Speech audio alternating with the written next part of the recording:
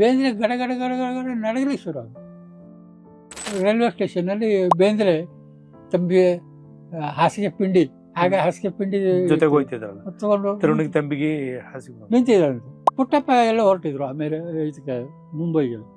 ತಕ್ಷಣ ಅವರು ಕೆಳಗಿಳಿದ್ರು. ಬೇಂದ್ರೆ ನಿಂತಿದ್ರು. ಬರ್ತೀರೇನ್ರಿ ಅಂತ ಕೇಳಿದ್ರು.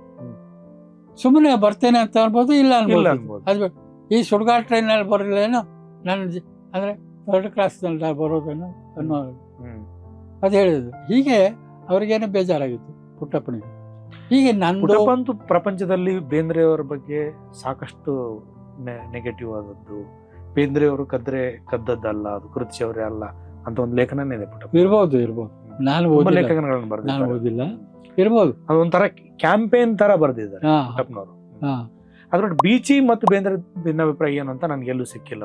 ಅಲ್ಲ, ಬೀಚಿ ಭಿನ್ನಾಭಿಪ್ರಾಯ ಅದು ಕಾರಣ.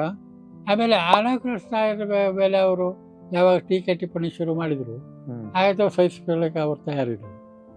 ಅವರು ತಯಾರಿರಲಿಲ್ಲ, ನಾನು ತಯಾರಿರಲಿಲ್ಲ, ಆಮೇಲೆ ತರಾಸುನು ತಯಾರಿರಲಿಲ್ಲ. ನಾವೆಲ್ಲ ಬೀಚಿನು ನಾವು ಇದು ಅನಾಕೃಷ್ಣ ಬಗ್ಗೆ ಯಾರು ಹೇಳಿದ್ರೆ ಅದು ಹೇಳ್ಬೇಕಾದ್ರೆ ಹೇಳಿದ್ರೆ ನಾವು ಒಪ್ಪುವ, ಹೇಳಿದ ಭಾರತದೆಲ್ಲ ಹೇಳಿದ್ರೆ. ಆಮೇಲೆ ಹೇಳಿದಲ್ಲ ನಿಮಗೆ ನಾನು ಒಂದು ಹೆಸರು ಕಡೆಗೆ ಹೇಳ್ತೇನೆ ಅಂತ, ಆ ಹೆಸರು ಹೇಳಿದಾಗ ಬೇಂದ್ರೆ ಗಡ ಗಡ ಗಡ ಗಡ ಗಡ ನಡಗಲಿಕ್ಕೆ ಶುರು ಆಗ. ಯಾಕಂದ್ರೆ ಅದು ಮೂಲ, ಅವ್ರ ಮೂಲಕ್ಕೆ ಕೈ ಹಾಕಿದ್ದಾರೆ. ನಮ್ಗೆ ಗೊತ್ತಿರುತ್ತೆ, ಆದರೆ ಅದು ತಗೊಂಡು ನಾವು ಮಾಡೋದೇನಿದೆ, ನಾವು ಆ ಧೋರಣೆ ಅವರು.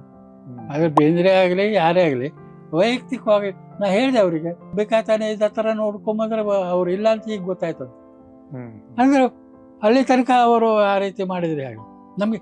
ಆಮೇಲೆ ಕೃಷ್ಣಾಯರೇ ನಿಮ್ಮ ಮೇಲೆ ಗೌರವ ಬರುತ್ತೆ ತರಲಿಕ್ಕೆ ಹೇಳಿದವರು. ಹೌದು, ನೀವು ಅರ್ಥ ಮಾಡ್ಕೋಬೇಕು ಅದನ್ನು.